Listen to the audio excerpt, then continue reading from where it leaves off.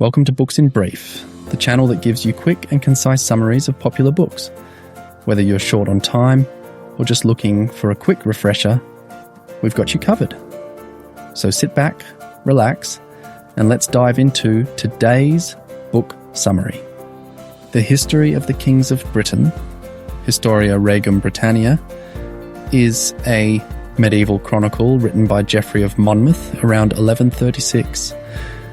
It is one of the most influential historical texts of the Middle Ages, blending legend, mythology, and history to trace the lineage of Britain's rulers from its mythical founder Brutus of Troy to the Anglo-Saxon conquests. The book played a significant role in shaping Arthurian legends and medieval perceptions of British history. The story begins with Brutus of Troy, a descendant of the Trojan hero Aeneas, who is exiled after accidentally killing his father.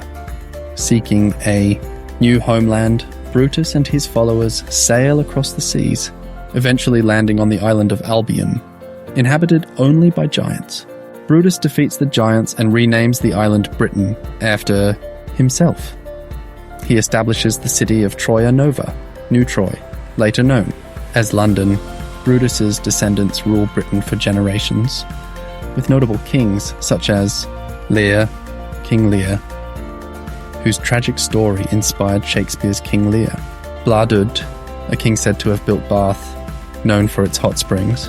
After centuries of British rule, the island faces threats from outside forces. Julius Caesar attempts to conquer Britain, encountering fierce resistance from Cassivellaunus, a British king who ultimately submits and agrees to pay tribute to Rome.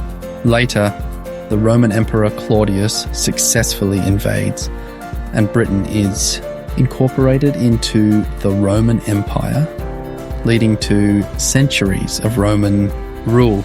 Notable figures during this time include King Cymbeline, a historical king also featured in Shakespeare's Cymbeline; Lucius, a legendary British king who supposedly converted Britain to Christianity. After the Romans withdraw, chaos spreads across Britain, leading to invasions by the Picts and Saxons. In response, Vortigern, a British ruler, invites the Saxon warriors Hengist and Horsa to help defend Britain. However, the Saxons betray him and begin to conquer British lands. To fight back, the Britons rally under Uther Pendragon, the father of King Arthur. When Uther dies, Arthur ascends to the throne, becoming the most legendary ruler of Britain. Under Arthur's rule, he defeats the Saxons and restores Britain's glory. He establishes Camelot and the Knights of the Round Table. He expands his empire, even challenging Rome for dominance.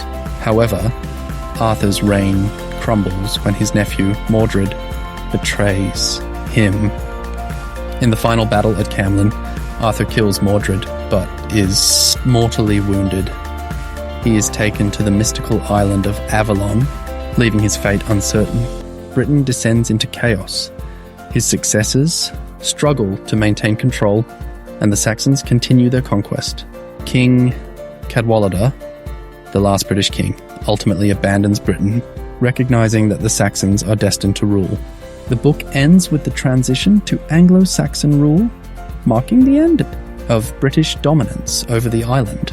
Myth and national identity. Geoffrey's work provides Britain with a mythical origin, linking its people to the heroic age of Troy, the rise and fall of empires. The book illustrates the cyclical nature of history, showing how kingdoms rise to greatness but eventually fall. The Arthurian legend.